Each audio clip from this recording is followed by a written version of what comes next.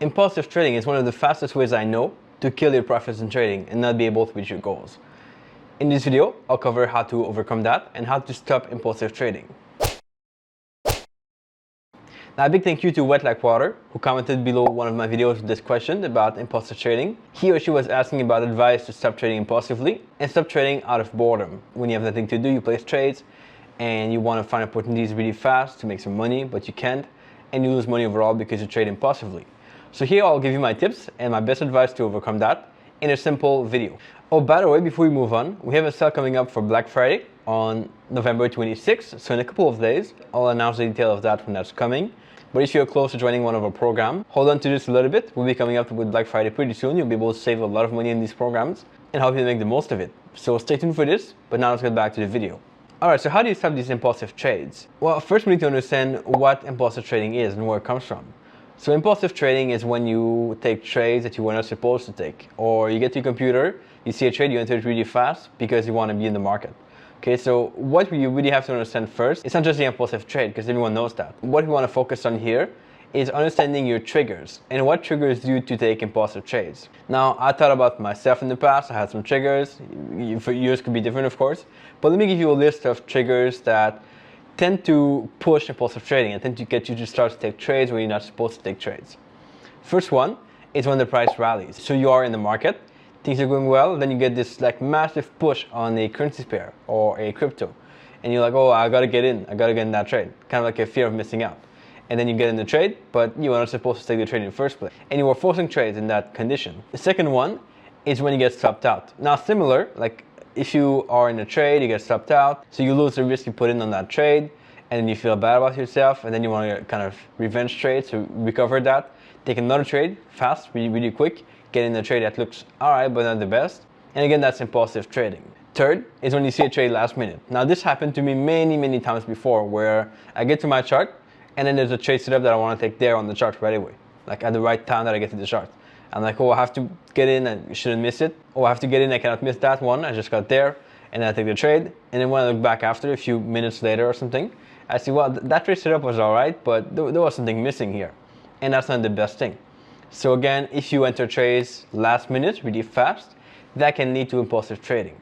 Fourth aspect is a friend who tells you about an opportunity, or a coach or a mentor, someone you see on YouTube, tells you about a trade, an opportunity that's coming up in the market.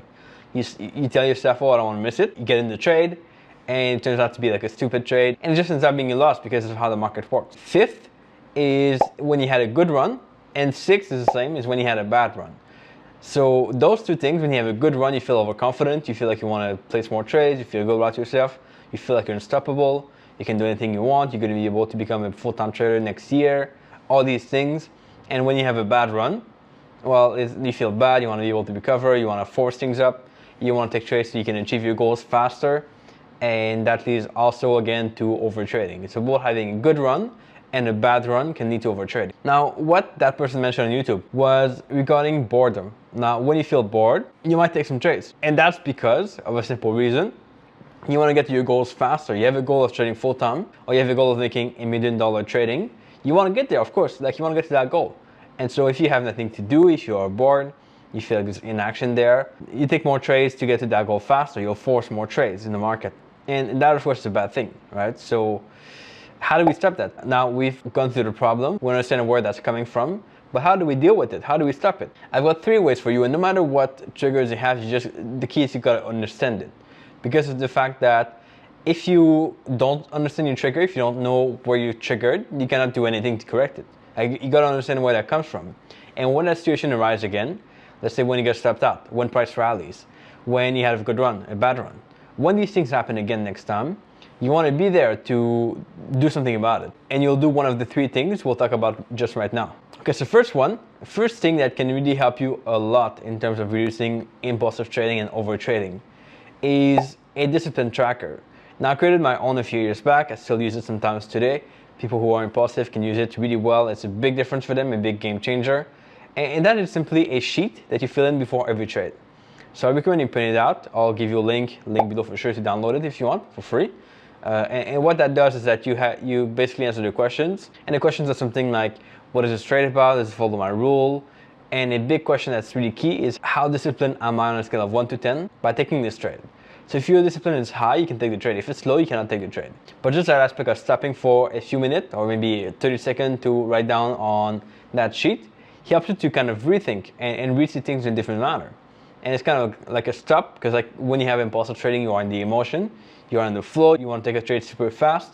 But that sheet, that tracker, helps you slow down and think about, oh, is this really a good trade I should take? Or is this just something I want to do to try to make money and hope to get to my goal faster? Because that's really big. If you're someone who struggles with discipline or with taking too many trades or being impulsive in the market, that will really be a big game changer. So the second thing you can do that's in line with this is using the 30-second rule. What that rule is simple. Whenever you want to take a trade, you gotta wait for 30 seconds. So you've got this thought of, oh, I should get in that trade. It's a perfect setup. I'll get in right away. But instead of getting in right away, you wait for 30 seconds. Now, it could be 30 seconds, it could be more, it could be less, or depending on the time frame you trade. If you're an active day trader, 30 seconds is fine.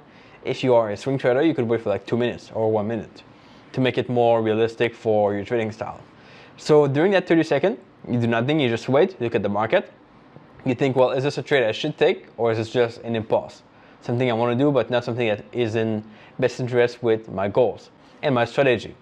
So if it is in your best interest, and if it follows your strategy, after that 30 seconds, if you still feel like you should be in the trade, you should take it, take it. But most of the time, if it's a bad trade or an impulsive trade, you'll be able to kind of reframe it, rationalize your thoughts better, and avoid the trade after. So that can be a really, really good tool to be able to stop you over trading just by setting a timer. You can use your phone, you can use your computer with a timer on like Google or something.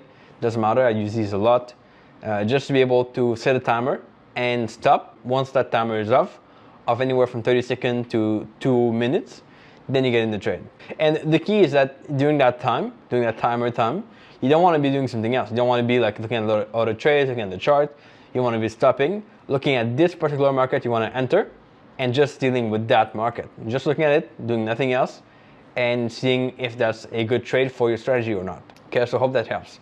And the third thing, and the final aspect that can really help you a lot reduce your overtrading, is taking deep breath.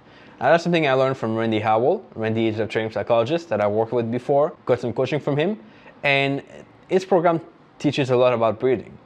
Now it's not about just breathing, it's not just about that, it's about taking deep breath. So you really go in, you breathe from your belly, you expand to your chest, and then you breathe out slowly.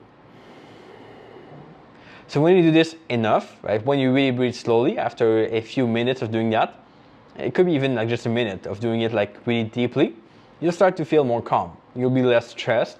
Your thoughts that were coming in before to tell you to take trades are probably gone by now, because you'll be more relaxed, you'll be more clear about your goal, what you got to do exactly, and the strategy you have in the background.